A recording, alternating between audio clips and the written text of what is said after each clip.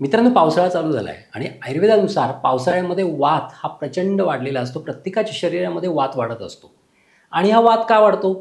तर संपूर्ण उन्हाळ्यामध्ये आपलं शरीर कोरडं होत असतं आणि या पावसाळ्यामध्ये थंडावा असतो आणि हा थंडावा आणि हा कोरडेपणा एकत्र आला की पावसाळ्यामध्ये हा वात प्रचंड प्रमाणात वाढतो आणि वाताचे त्रास चालू होतात.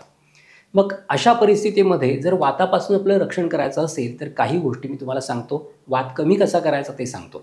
तर पहिली गोष्ट, आपण जे चालतो ते आपण जर उघड्या पायाने चालत असू तर जमिनीमधला गारवा, गारठा आपल्या पायामधून शरीरामध्ये जातून वात वाढतो. हवा जर गार वाहत असेल तर आपल्या कानामधून आत जाते, आपल्या तोंडामधून आत जाते, नाकामधून आत जाते, आपल्या घशाला लागते, आपल्या छातीला लागते आणि गारठा वाढून आपल्या शरीरामध्ये वात वाढत असतो आणि कफही वाढत असतो. मग अशा वेळेस काय करायचं? तर वेखंड चूर्ण मिळतं बाजारामध्ये. ते वेखंड चूर्ण पायाच्या आणि हाताच्या तळव्यांना व्यवस्थित चोळायचं. नंतर कानाच्या मागे वेखंड चूर्ण लावायचं, नाकाच्या बाजूला वेखंड चूर्ण लावा, घशाला लावा, थोडं ओढायचं तपकिरीसारखं वेखंड चूर्ण आणि त्या जोडीला गरम पाणी पिण्यामध्ये ठेवायचं.